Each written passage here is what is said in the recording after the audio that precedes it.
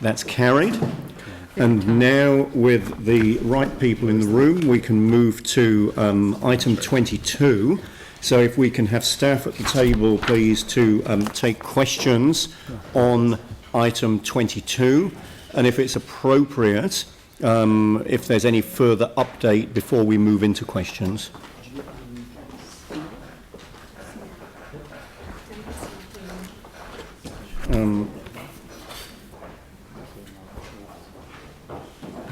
Okay, perfectly on cue.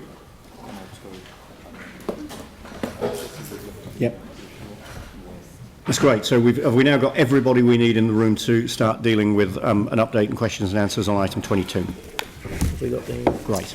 Okay, so first of all, is there any additional information to be provided over and above what was provided before the lunch break? Yes, we have. So Joe will just be bringing up a revised set of recommendations that have now been agreed between the elected representatives and the community board and CCAU representatives and the staff. That's been a useful exercise, and in fact what it has shown is actually we were very close earlier on, and it's provided some clarity about the respective positions, and it's given us an opportunity just to make sure that we aren't talking past each other. So both sides are in agreement, and we'll give councillors perhaps an opportunity to read the revised recommendations and happy to take questions thereafter.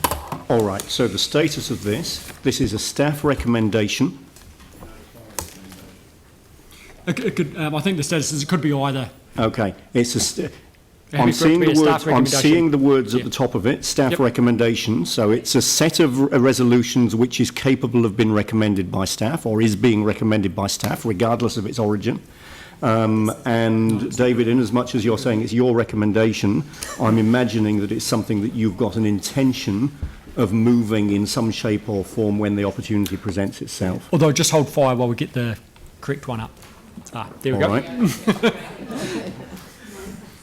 All right, so, okay, so this is, so what's in front of us now is what has been worked on. Yes. And it's an updated proposed motion from Councillor East, which is yet to be moved, which also meets with staff recommendation. All right, so let's... Yeah, if we can get this emailed, that would be great, so that people can have it on their own screens. So 1 and 2 are the same as in the original staff recommendation. Emergency resolutions? Draft climate emergency resolution? What got emailed? Okay. Joe, So we could take out the red could be removed. Okay. The red is just areas that we're in agreement. It's notes. Yeah. It's notes for us. All right, that's fine. So we're getting this sent around. So it's different than the one. People can obviously read this. Does it require any commentary or...? Yeah, so I could explain what's different, Please do. if that's helpful. So, all right, if you can just take us through this so we know what we're dealing with. Yep, so recommendation 1 and 2 is the same. Recommendation 3 is the same, which is to split what was the regeneration strategy into the 2 projects, the earthquake legacy repairs and the adaptive strategy. Recommendation 4, which is the one of the crux points, is instruct council staff to undertake urgent work on earthquake legacy investigation project and report back August 2019. The council does as follows: estuary edge current and pre-earthquake status and risk analysis to identify outstanding community needs, and this will include specific actions and opportunities to mitigate inundation and erosion that addresses earthquake legacy. So that picks up both the wording of the earlier staff recommendation and the wording of Councillor East's original motion, picks the best parts out of both of those two.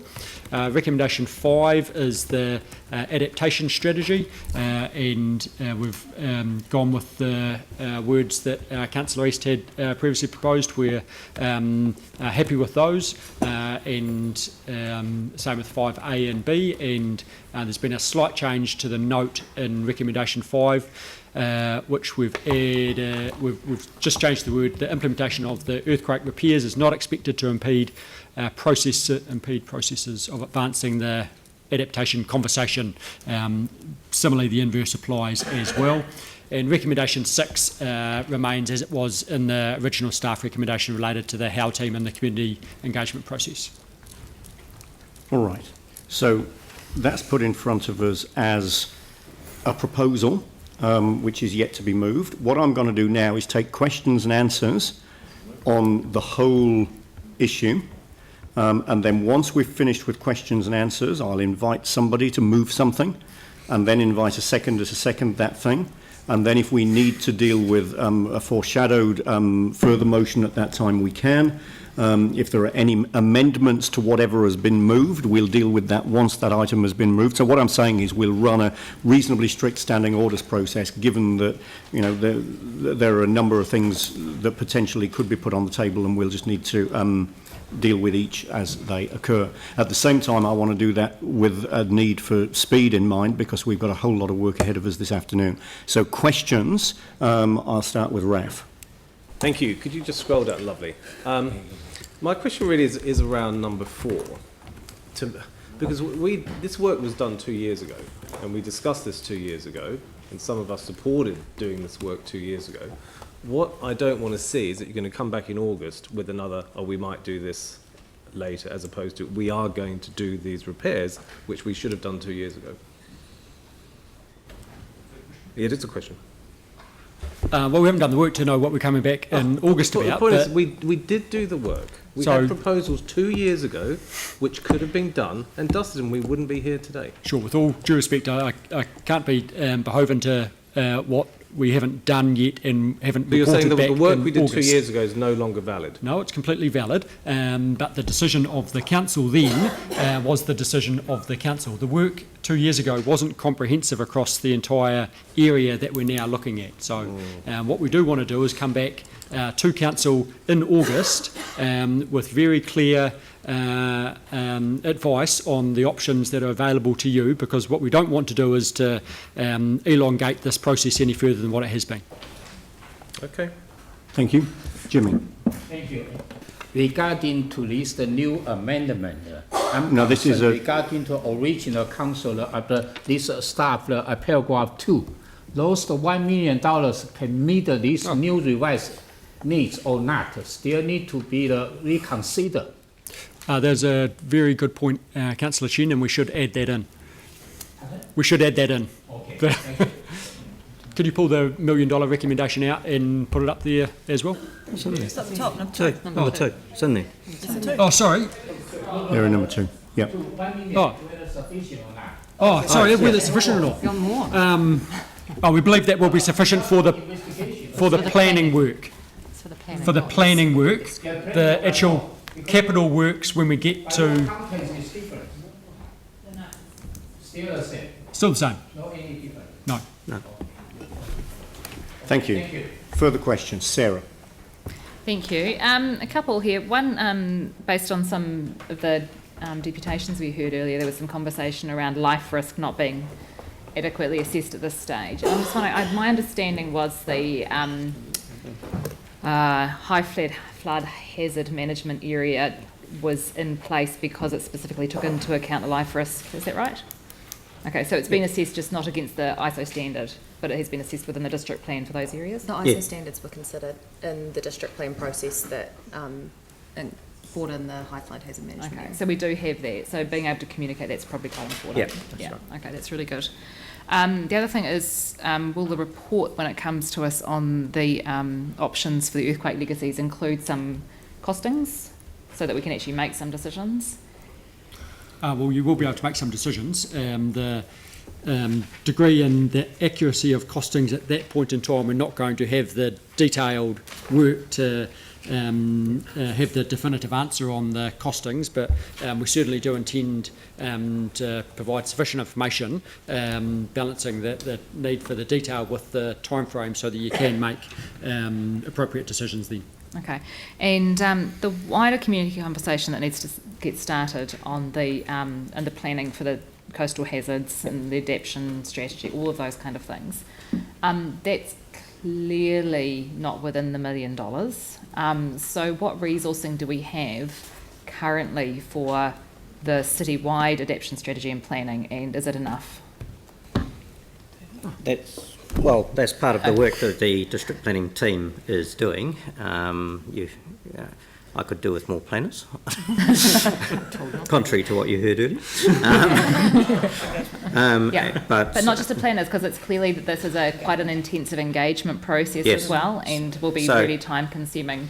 Is that something we need to look at further? I think that's something you consider in your annual planning process, is the okay. amount of money we have for that engagement process. Yeah, I'm just wondering if it's good that we can make a note of that conversation that needs to be had, because that citywide stuff is really important, and we need to make sure that it's adequately resourced.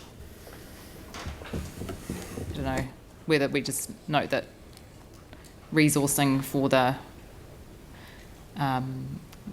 wider city or citywide adaptation engagement and planning will be part of the annual planning process, or just something like that. Given Dave, I don't know if you're comfortable with that. What we'd probably suggest is absolutely take on board that comment. Remember, the council was always going to do the district plan chapter, so we've retained sufficient capacity and capability to do that. The timing of when we get to that point, I suspect we'll have another annual plan opportunity, so the $1 million will be sufficient to take us through the planning exercise for the 1920 financial year, and we'll have another annual plan opportunity at this time next year. Although by the time we pass our next annual plan, the lines have to be on the map for the coastal hazards section. By 30 June. Yes. Yeah. So by the time we pass our next annual plan, within days of. Yep. Yeah. So that you think that there will be enough planning for us to go through that? Well, we can have annual plan discussion. Yeah. Let's make sure that we have that. Okay. The other thing is that just in the last wording there, the note, the implementation of earthquake repairs is not expected to impede the processes of advancing the adaptation conversation. Do we need to add and planning, or is that enough in the other wording just above it? Where would you add planning? Just, the adaptation conversation and planning. Note under 5. Conversation and planning. 5, that the would be note fine in to add 5. that. Yep. So just to add Thanks, the Dave. words "and planning" after Yeah. the word "conversation." Yep. Yeah, let's do that. Yeah. Yep. So "and planning." Excellent. Cool. Thank you. Very much. That's it. All right, Pauline. Yeah, just following up on the life risk issue, and Hugo spoke about that in his deputation and claimed that it hadn't been done or hadn't been done correctly, and he disputed the findings. Can you respond to that, anybody? Sure. I think David and Mikey did respond to it. So the ISO standard and that assessment of life risk has been incorporated as relevant into the high flood management area. So you remember the detail of the high flood management area is contingent on a metre of water flow and 1 metre per second, I think, of 1 metre per second of. So 1 metre depth, and 1 metre per second of speed. And the reason for that is that's consistent then with the assessed level of life risk. So there is a significant difference between rock fall or rock roll in the immediate and imminent risk to life that rock rolling down the hill poses versus other types of slower moving disasters like erosion, inundation and even flooding, where risk to life from flooding can be mitigated in other ways because generally there's at least hours of warning for that. And tsunami as well? And there's warning systems in Yep. place. Yep. It's managed through civil defence processes, tsunami. Right. And just the other question is funds for the implementation of mitigation around the estuary edge. That'll be a decision. That would be an annual plan. Oh, that'll be a decision, a challenge today. We don't definitively what the work is, and so we don't know what the funding requirement is. It might be worth a note as well about that. We'll have to be aware of that in our discussions if there's any work completed by that time. which would be good if timely if it was completed by that time, that we could actually make provision for some funding. Sure. Yep. Is it possible to make a note of that? I mean, noting anything which is a fact is fine. And if that makes it easier for people to agree to this, then that's probably a good thing. So did you have some wording that you wanted to add as a note? Well, just put note that should any earthquake remediation options be available prior to the annual plan, that we consider funding for that in the annual plan. You want to get that? Yeah, it's not really, that's not so much a note, it would be, raising an expectation that that's what we're going to do. That could then be relied on to, for example, bring a report to council because we passed a resolution that said if there was something identified. So it's more than a note.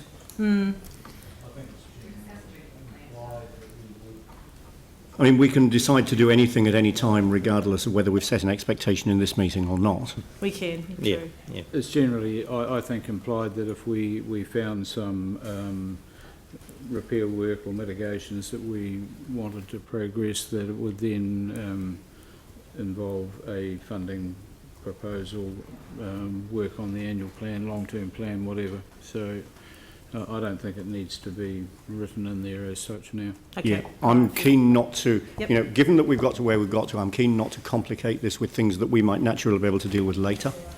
But equally noting things which are genuinely notes that give people a level of confidence is probably a good thing. All right, thank you. Aaron. Yeah, so my question is around funding as well, and that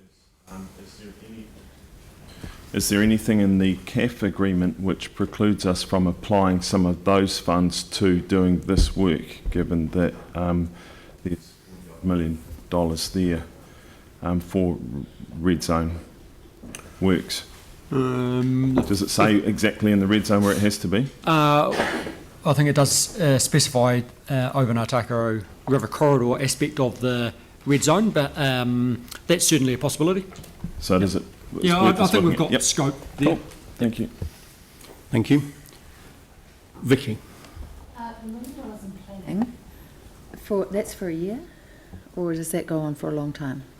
Well, it'd be $1 million, and I would expect that we would get through a decent chunk of that over the next year. So that's about 10 full-time planners. Are they doing the whole adaptation strategy or just this? Well, that's both the planning aspect, but also the community engagement aspect and the district plan change, which is we've experienced district plan chapters, particularly contentious ones, don't come cheap. But I'm assuming we have already funded for the district plan. We've funded for having done the district plan. We haven't funded for the scale that a coastal hazards chapter may pose. Okay. Is there any money in this year's budget for investigation of the estuary wall, like about 500,000? I don't know whether it's investigation versus there is funding in the capital program, yes. the budget for the reserve implementation of the reserve management part, I thought there was some for the actual investigation and the work, the technical work on the estuary wall. There's a land drainage program. What's the number? 525. That isn't it the bund though? In the planting on the bund? Yeah, planting. It's different scope.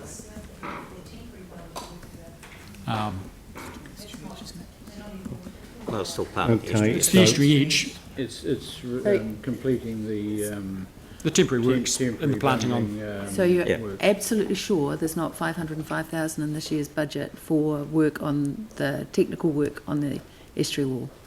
No, because they haven't approved it. Can I get an answer from staff on that?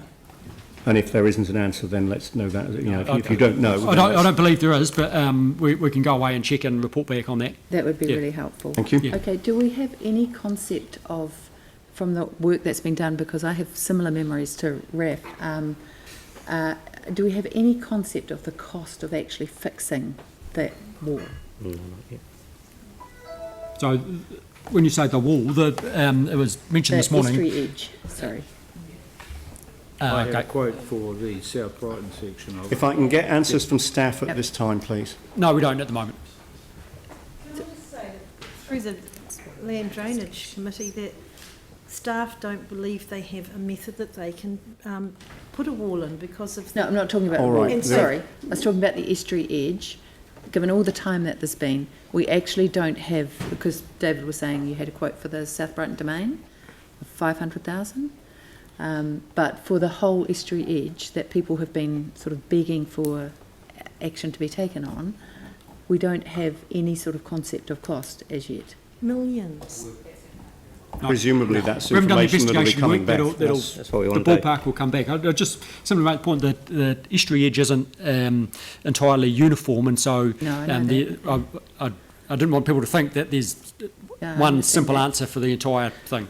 I know the estuary edge well, but I also wonder about the $1 million in operational funding. Could we, given the same impact on rates, convert that to $5 million of capital funding? No, this isn't rated operating No, I know. funding. I understand the possibility of where it may come from, but wouldn't the impact be the same? Oh, well, you could not do the investigation and borrow money instead, but you wouldn't know what to spend it on. Except that we may have some money in this year's budget to do the technical work. Oh, well, I answered that one. The answer's no. Yeah, I don't believe we do. We do, in agreement with David, have I think the number is 505k for the South Brighton Reserve Management Plan implementation of 535. 535. So I get confused with that and LDRP number, project 525. And that's on the plan? Yes. So that's currently in our annual plan? Yes. It's in this year's annual plan? Well, I suspect the LDRP 525 is on the balance sheet because we've been started it and have been doing it. Right. Okay. I'm sure we can get some clarification on this.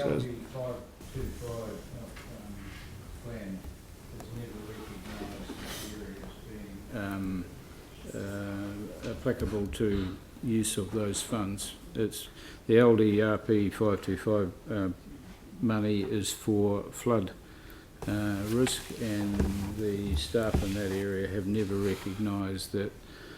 They say it's erosion and it's All not right. flooding. Look, I'm keen that we ask questions to staff and that staff answer the questions. I appreciate there's knowledge and opinion around the table, and there'll be an opportunity for opinion to be expressed during debate. But if there's information that staff don't have, then I'm sure that can be provided later or can be brought to the table now if necessary.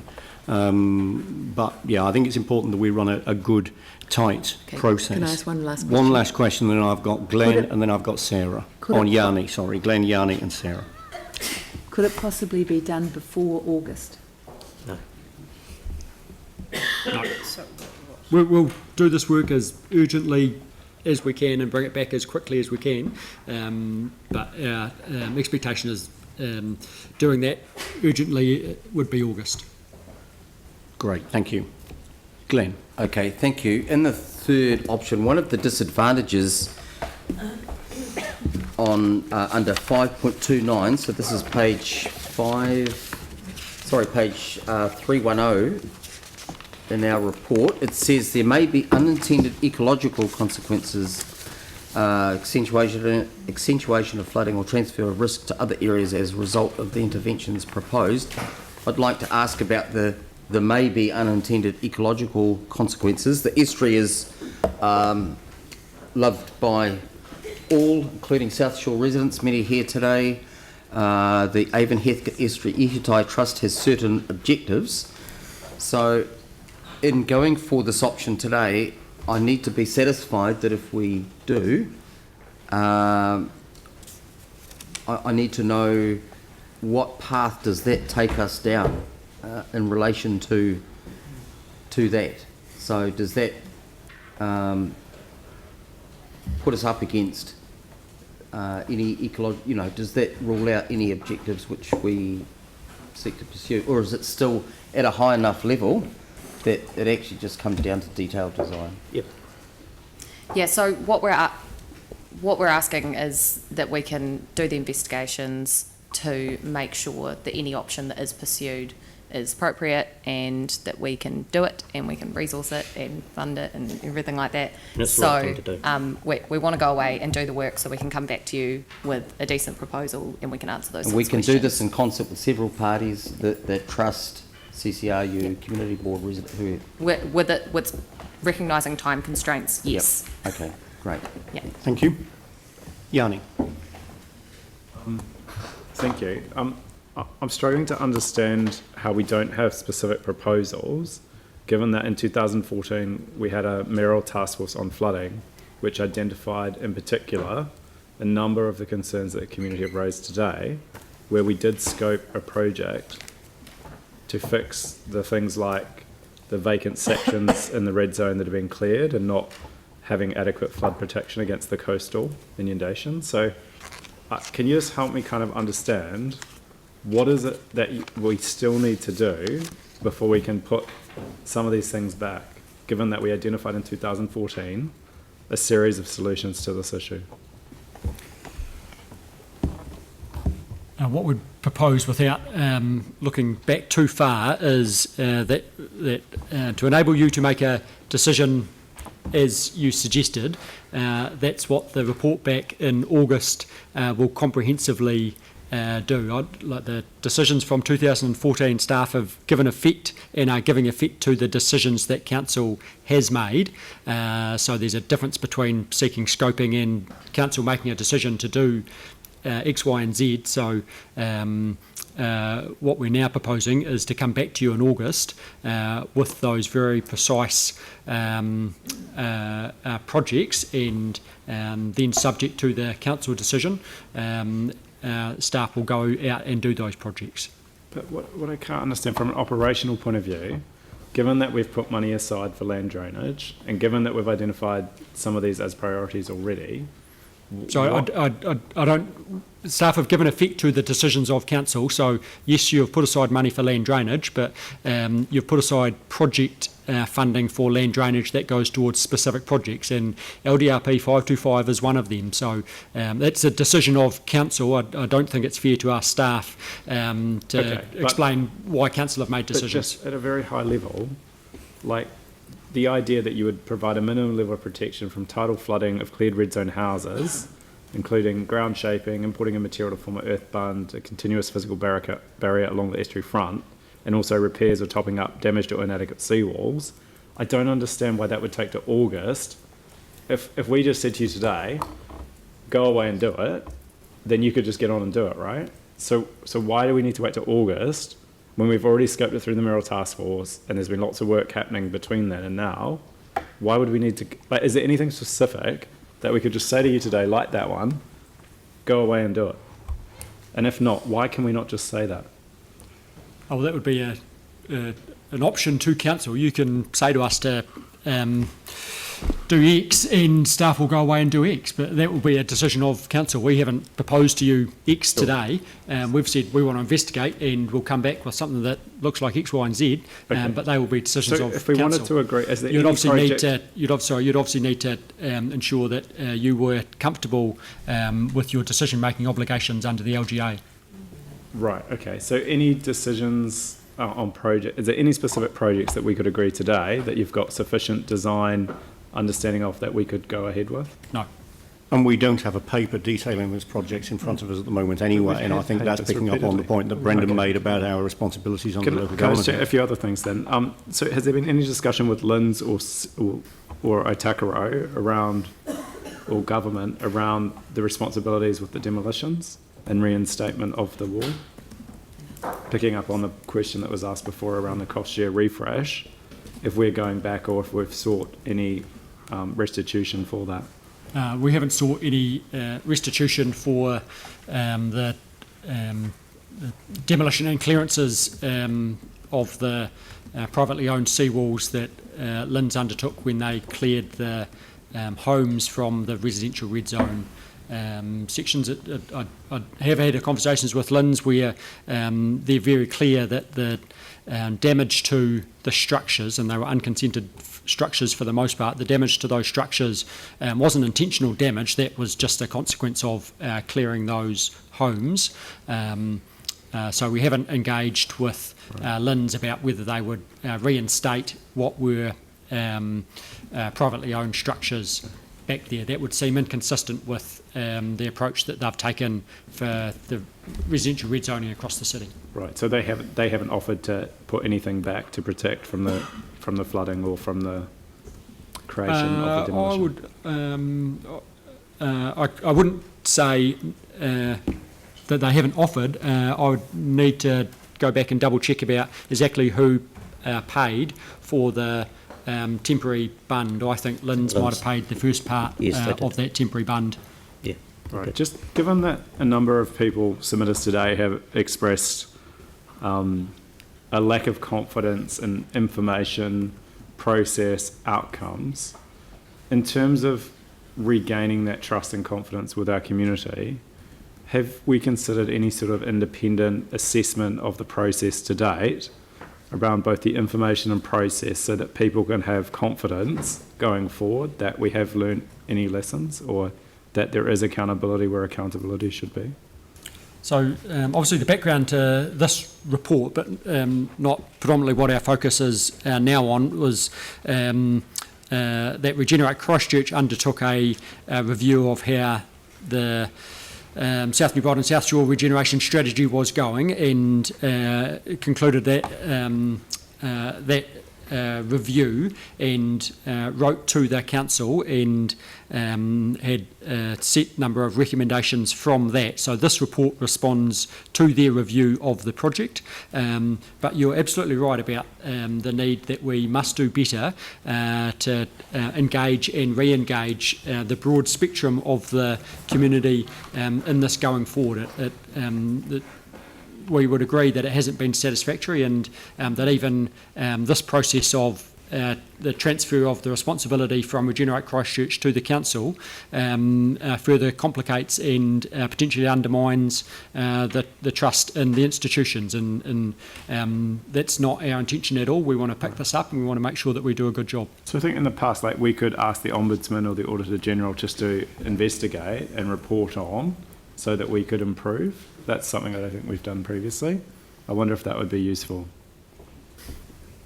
Yep, I don't know that necessarily requires an answer. That's Yanni making a statement and wondering out loud. Because, people keep saying they're sick of engagement. They've had so much engagement, you know. I don't always hear that. I heard people expressing different views this morning. Some that yes, they are tired of consultation, but equally I heard a number of submitters saying that they want to be involved in this. And so it's actually, I suspect people are tired of no action, but do want to be involved in the determination of the action. Just finally, we had a deputation around Brooklands, and I appreciate that it may be a request for council to ask Regenerate to do a Brooklands regeneration plan. Can we add that as a specific resolution?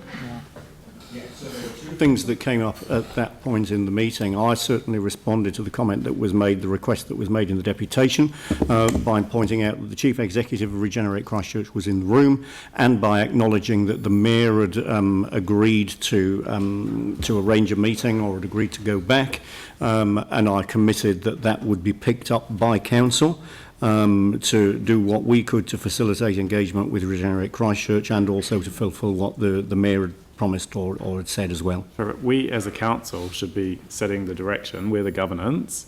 So if there's a request for something to be done through Regenerate, my understanding is we would have to endorse that as a council. There was a request for a meeting with Regenerate Christchurch. I don't think we need to endorse a community member meeting with Regenerate Christchurch. No, we don't. But if we want Regenerate to do any work in Brooklands ahead of or in parallel to this rather than until this is done, shouldn't we signal that today? I didn't hear a request for that. That's absolutely what the request was.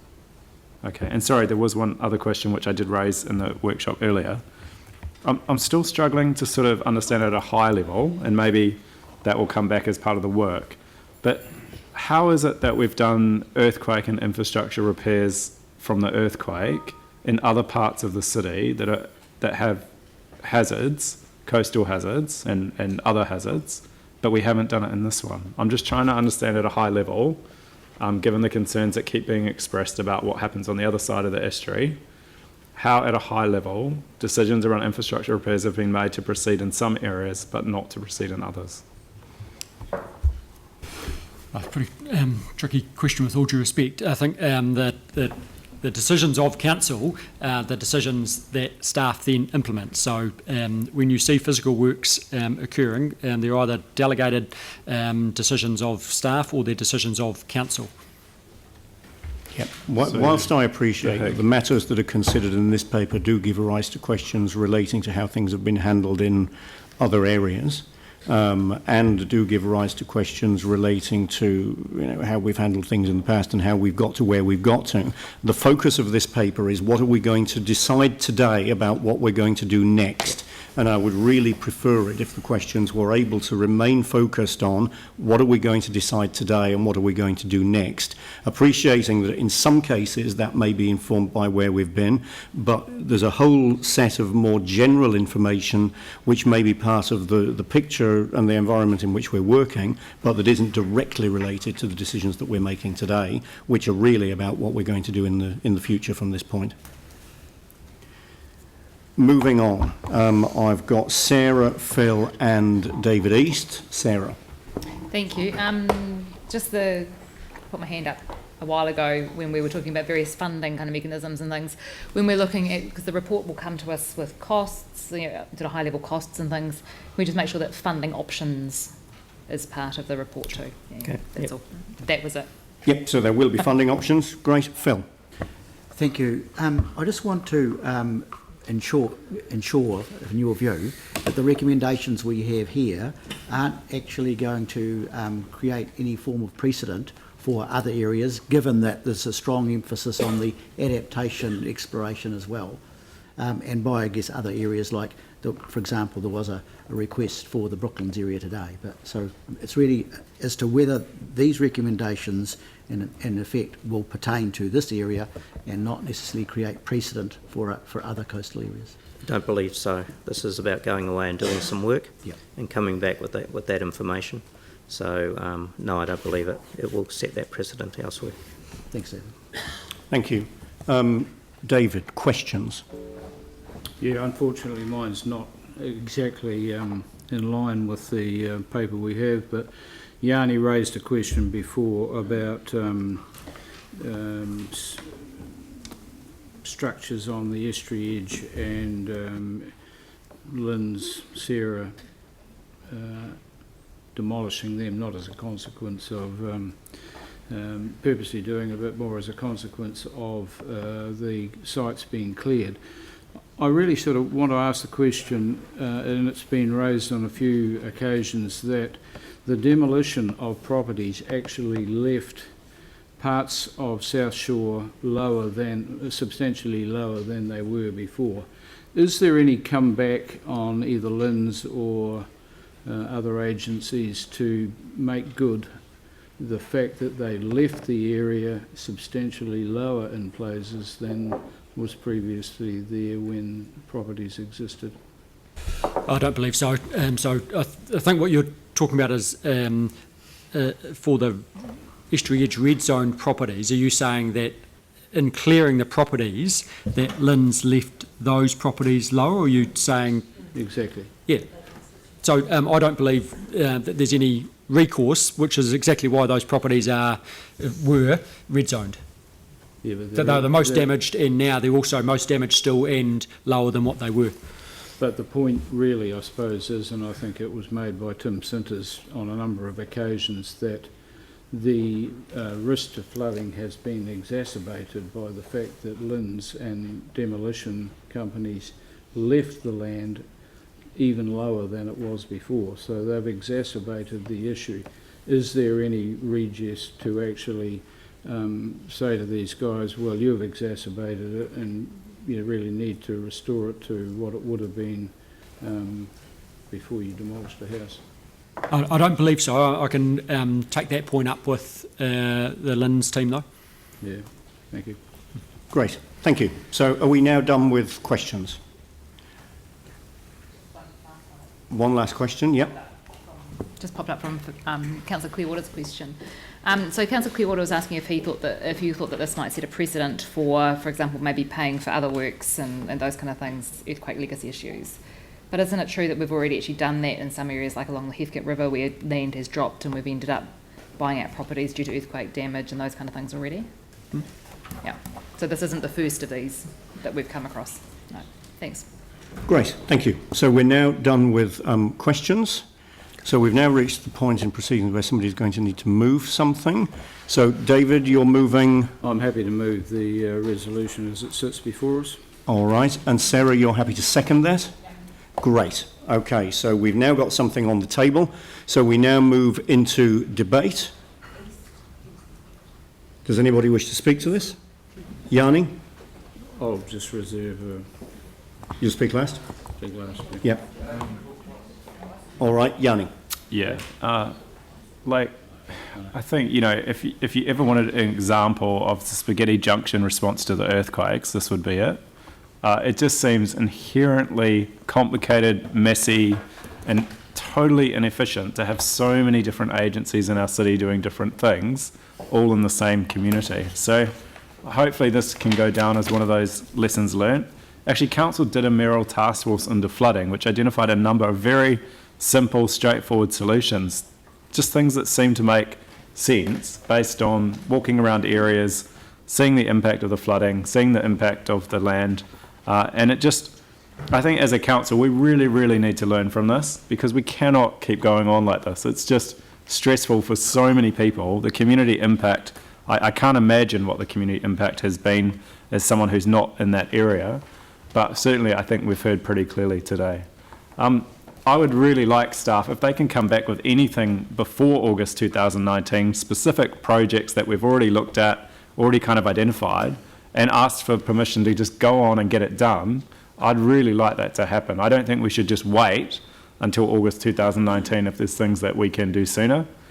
I do think we need to talk to central government about this as part of our cost share refresh. I think it would be more than appropriate to talk through some of the points that have been made, especially around EQC and the land damage. For a number of us who were involved throughout the earthquake response, we have raised concern right from the start around the ability of cash settlement from EQC leaving our city with a huge legacy issue of damaged land that will not be fixed going forward. And sadly, I think this is what we're starting to see, and I think some of the deputations were very eloquent in that today. I will support what's been put in front of us. We do need to move forward on this. Let's hope that we can learn lessons from it. I think, the other thing that still needs to be answered is just the inequity issue that's been raised. I personally would welcome an independent audit of the information and processes to date to give the community confidence that the information and the process going forward can be robust, fair and transparent. And if we reflect on the infrastructure repairs, part of the problem was that this council, as a governance group, never got to agree on the skirt reprioritisation that central government put through. Maybe it went through the HIG group with council staff. It's certainly, we had one workshop presentation on it. It never came back to a final case. Standards were changed, scopes were changed, and I think that's part of the reason we've ended up not seeing the fairness in the infrastructure repairs. So let's move forward and try and get on and get this work done. Let's not delay it any longer, and let's learn the lessons associated to it. Thank you very much. Glenn. Yeah, thank you. I will support this. I think what's emerged for me here can be summed up by the CCRU bullet point noted in 4.18, where it says, the CCRU proposal suggests that the community may be unable and unwilling to continue talking about climate change adaptation while earthquake issues remain due to the impact this is having on social well-being. It seems pretty clear that, without wishing to belittle anything at all, in terms of meeting needs, unless you first meet people's needs, you're not going to have their ear on anything. So if we're going to put in place an adaptation strategy, which you may be able to have a conversation with other coastal communities around the country, you need to attend to these outstanding earthquake legacy issues first. I'm not aware of any other community around the country that is trying to do both, have a conversation about adaptation after earthquakes. I'm not sure whether that's the case up the northeast coastal parts of New Zealand or not. This is Southshore and South New Brighton, as we did, but as coastal communities, endured major and strong earthquakes, and those are technical terms. The only one greater is known as a great quake. So in terms of the rank or the hierarchy of quakes, and the earthquake sequence kept tracking eastward. So you would need to live there and literally walk in their shoes to know of the compounding impact, first rendered by the seismic events themselves, and then response or otherwise by various organisations and authorities, the EQC, private insurers, us, government, etc., to know what they have been through.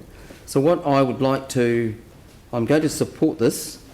My final point is that I am seeing some emerging overlaps between community board members, community, the Ihitai Trust and the CCRU. I do say that carefully though, and some groups are reaching out to each other, but I think it will take skill and determination, but I think we can land on some common positions in terms of actually how the edge, particularly of the estuary, may look like in the future and come out with a win all round. But we just have to go ahead, and as I said at the beginning, no one wants to talk or listen about strategies until we've attended to the basic needs as they are seen.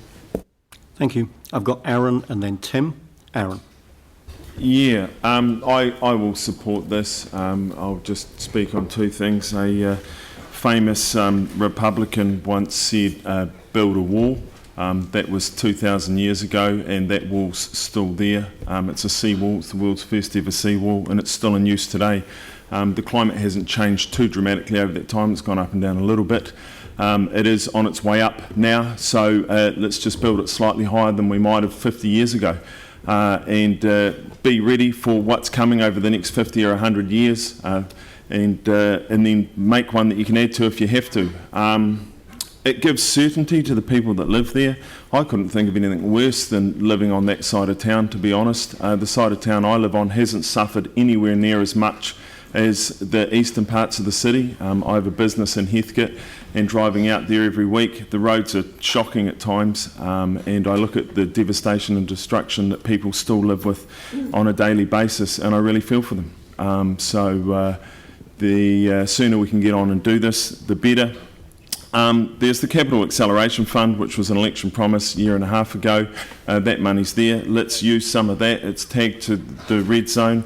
Let's use that to fix this, other than some of the pretty items that have been proposed in what we've seen so far. This is a lot better spend for the people that live in Southshore. It's a stunning part of the world. It just needs to be fixed up to look like it once did and be the great livable part of the city that it once was and is for a number of people that don't want to move. Tim. Thank you, Andrew. Well, I just want to thank staff and the community board and those today that have come to this agreement. I think it's a really, really big move.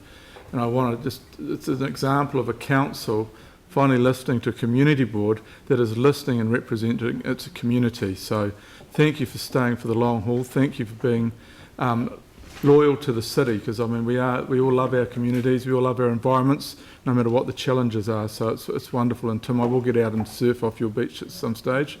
I do think that staff realise the importance and the not speed. It's got to be done carefully, and we've got to look at budgets at the time. But we've got to do it sensibly, sensitively. But there is an amount of urgency for your community. But I hope you really are happy with today's outcome. You should be, and it's well and truly overdue. So cheers. Thank you. So I've now got Dion and Jimmy.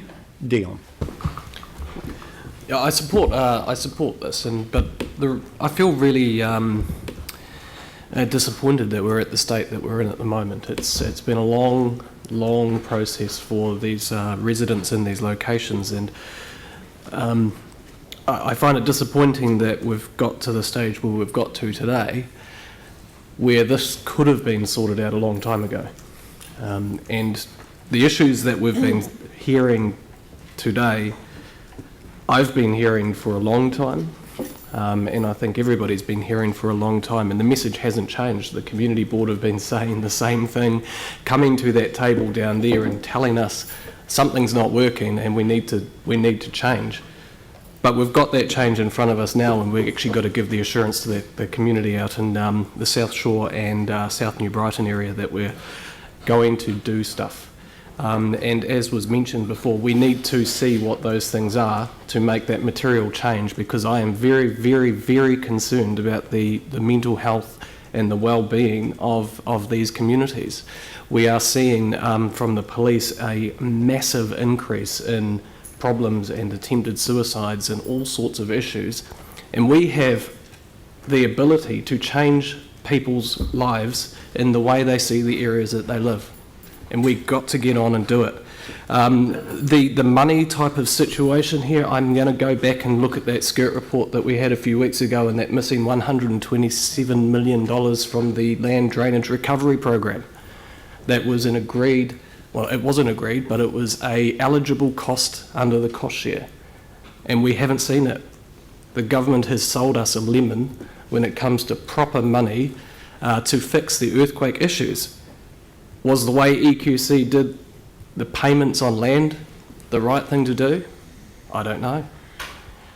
But I also wonder sometimes the questions and the answers that we've had around Kibblewhite Street with that area that's lower than the high tide level, and people have been saying that that should have been red zoned in the first place.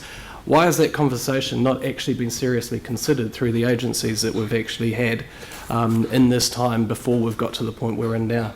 So I'm quite disappointed that we've got to the state we're in now, but I'm also pleased that we're actually able to get some things moving, and I would like to get some things, tangible things that we can actually do in this area to make a difference for people, because that's going to be the important step next. Thank you. Jimmy. And this is compromise, you know. But this one is both the community, council staff, and the community board all can accept. So that's actually optimistic, the resolution here. Particularly if we review the paragraph 3, you know, they consider separate short-term urgent need and also the long-term.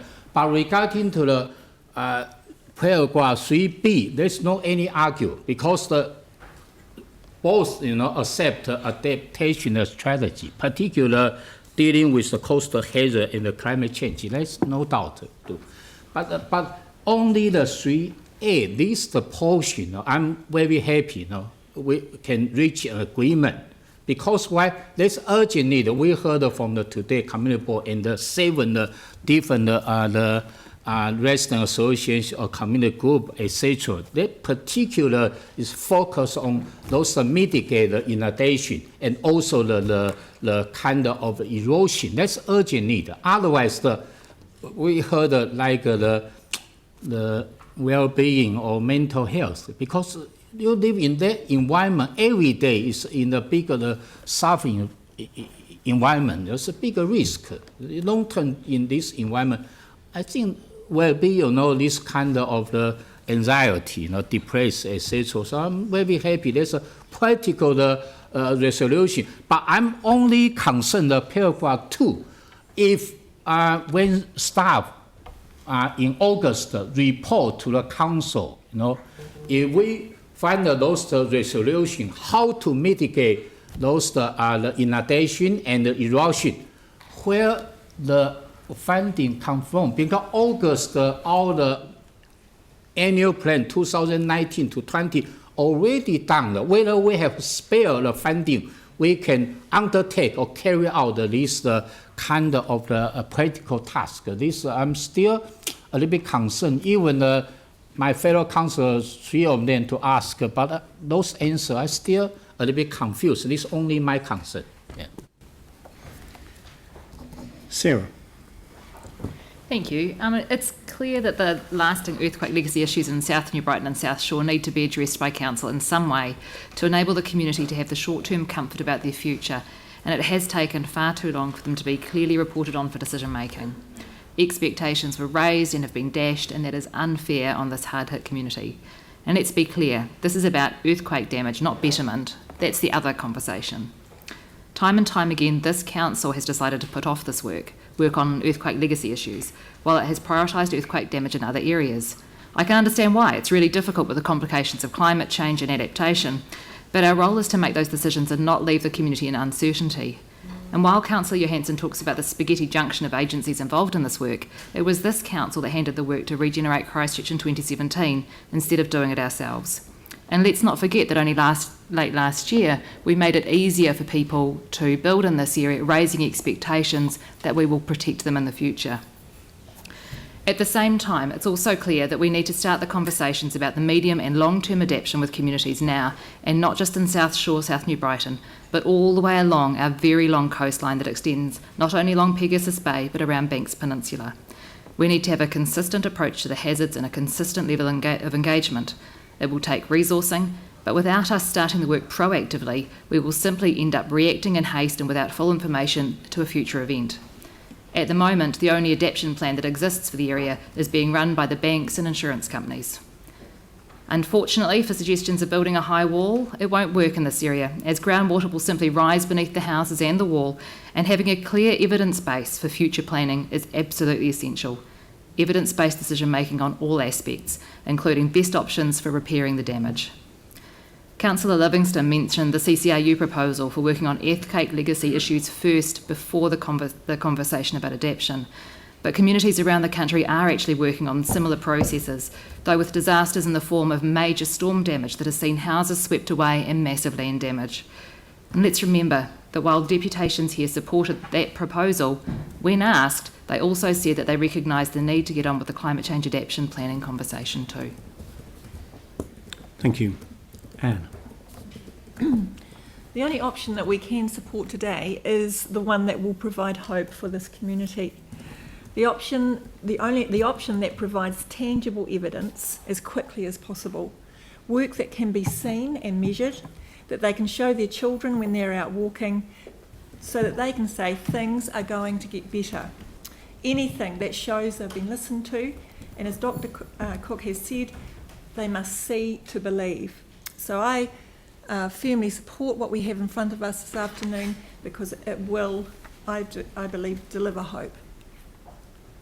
Thank you. Dave, I'll come to you at the very end.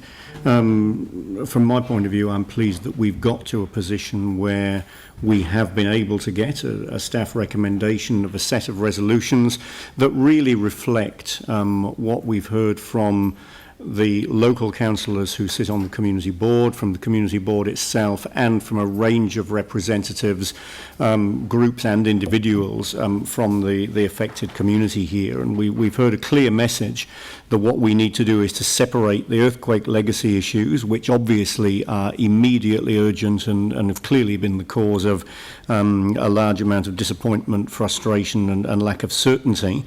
We need to separate those out from the climate adaptation planning, which, whilst that is urgent, is inevitably a longer term project with longer term considerations. But I'm pleased to see we've arrived at something that doesn't hold up that important work at the same time as we do realise the absolute urgency of the earthquake legacy issues.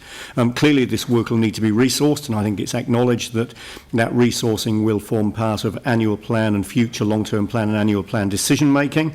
We can have the best plan in the world, but if it's not funded, then clearly there are some limitations to how it's going to be delivered. So it'll be good to have those discussions at the right time. It's good that we've heard a number of strong and clear voices from the community, and that there have been some clear messages coming through a number of those presentations to council and from the community board, and comments from the local councillor, which are all really telling us the same thing. So that's been helpful. The other thing that's come through, I think what we've heard is aspirations of a different way of working, or a way of working that's influenced by some of the work that the How team did in terms of collaboration and engagement, and possibly even a partnership approach to what needs to be done, a way of really listening to the community so that we can get on with this, but we can get on with this with community confidence as part of the picture that we're building, and with community support behind what's happening. So thank you to everybody that's been involved in getting this to a point where we've got something that works for the community and that's capable of being recommended by staff today.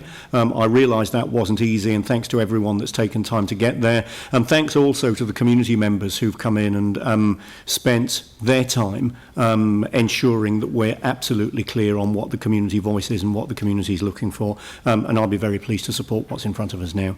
David, I'll come to you to close the debate. Thank you so much, Andrew. I had thought of actually standing up to deliver this final part of the resolution. This project's consumed me all week, so I'm knackered and I'm going to sit down. But firstly, I would say at the beginning of the week, we met as a group, and there was a notion that we would be working to try and put this matter to lie on the table, because we felt that we needed more time to address the significance and how we would respond to the resolution that was put before us. A group of us have worked hugely over the last few days, and we came today with a resolution which was at some distance from what the staff were proposing. I'd like to acknowledge at this stage that we sat down at lunchtime, and on our side of the table we had Kim Money, Tim Sinters and Simon Watts, and on the other side of the table, the group up the end of the table, Katie, David, Brendan and Mikey. It was a very, very good exercise where we sat down and went through and said, well, what can we agree on? How do we get this over the line? And we were quite determined as a group that we were going to bring a resolution into this room that had the support of both parties, and that it was something that we could advance. So I'm very grateful for the process that we went through earlier, and I'm looking forward to this project advancing. I would say that, you know, we look at some of the work that's been done, and various speakers have spoken about previous work, and I really am firmly of the notion that we don't need to reinvent the wheel. There's a lot of information out there, and I'm sure that we can come quickly to some recommendations and resolutions going forward. I'd like to note really, and I'm sure I'm right in this, and tell me if I'm wrong, but our government yesterday reinstated the 4 well-beings into the Local Government Act. And in the coming weeks, we are to receive the well-being budget. Today we've heard numerous submissions on the transitioning of leadership on regeneration matters from Regenerate Christchurch to the City Council. I thought I heard the most powerful presentation I've ever heard from in this chamber from Dr. John Cook this morning, highlighting the well-being damage that's been inflicted on our community and the need to actually implement earthquake damage repairs to the estuary edge of South New Brighton and Southshore. So I'm looking forward to seeing recommendations, and I've given a firm message that we are looking forward to actually implementing some works in the area of South New Brighton and Southshore. The enhanced well-being of our community is certainly, in recent days and presentations today, been a very, very keen aspect that I think we need to address. and Dr. Cook could not have expressed it any better than he did. I'd just like to close on a couple of, three actually, sort of quotations. One really is an interpretation perhaps of the How team, and I can't remember their motto, but it made sense. But this one is one that's come out in recent days, and I firmly believe it is a philosophy that we need to carry with us going forward. The best outcomes are achieved when we take the people with us. And so I'm really looking forward to engaging with staff, engaging with our community, engaging with experts to actually forge a solution that everyone's going to buy into. And finally, just a couple of quick ones. If you're an Adidas supporter, just do it. I think it's Adidas. It'll do. Nike. And perhaps one that might resonate with a few of my colleagues around the table. Let's do this. Okay, so that brings us to the end of the debate. I will put the motion. All those in favour, please say aye. Aye. Against? That's carried unanimously. Thank you, and once again, thanks to everybody involved. Okay, now we are now going to